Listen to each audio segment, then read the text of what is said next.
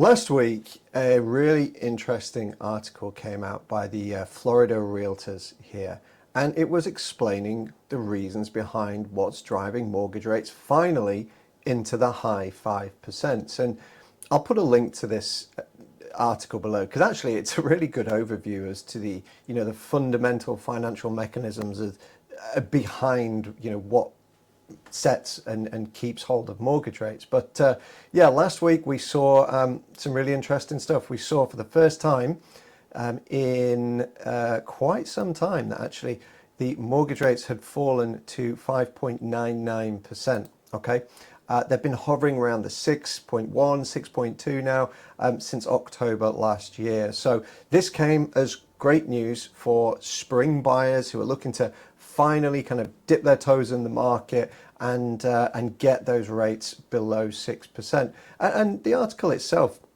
it is it's an overview. It doesn't go too into the weeds, but it explains the relationship between Treasury yields and the 30-year mortgage. Explains how the primary and secondary mortgage market works when it comes to packaging up mortgage-backed securities and entities like Fannie Mae and Freddie Mac purchasing them, and talks about the spread as well, because obviously when we're looking at the 10-year Treasury, which the 30-year mortgage rate closely follows, goes to show that spread between what the rate says and what the risk involved in the 30-year is. So again, I will put a note to this below, but it is a good overview. But anyway, yeah, so last week that's what we saw. We saw rates finally come below 6%. Let's take a look here. So this just goes a little bit more into the spread here. This is a 30-year fix versus a 10-year Treasury graph. So you can see, whenever the 10-year Treasury moves, whether it be towards a peak or a dip, the 30-year, which is the orange line you see here, closely follows. So it's a very good benchmark when we're trying to understand where mortgage rates might go, is by looking at the bond market, and particularly looking at the 10-year Treasury and understanding where bond investors are buying and selling right now, and how that is going to impact mortgage rates in the near term.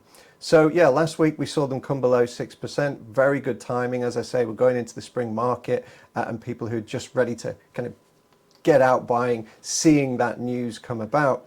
Even though there's not a huge amount of difference between 6.1 or 6.2% to 5.99%, a lot of it's psychological with buyers. I talk to buyers all the time, and I'm speaking with some at the moment, and they're not ready to get active in the market until they can get a mortgage that's going to be below 6%.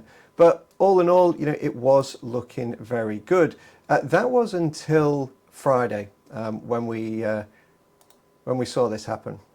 Obviously, geopolitical instability does have a big impact on the financial markets. And look, I'm not here to discuss the whys and what fors about the declaration of war with Iran. Of course I'm not, but it's a bit coincidental that mortgage rates jump as soon as that kicks off, because when we're talking about the financial markets and bond investors and notes like that, when you're talking about an oil producing nation like Iran, and suddenly them becoming going through a period of instability, well, a lot of people think it's going to be inflationary, right? It's going to affect supply routes, trade lines. It's going to affect the supply and demand of oil production. And so bond investors here in the West think this is going to be an inflationary thing. Now, obviously, once inflation starts picking up, what happens? Well, they start dumping all of their treasuries that might not be yielding them as much in an inflationary environment. So they'll be dumping those.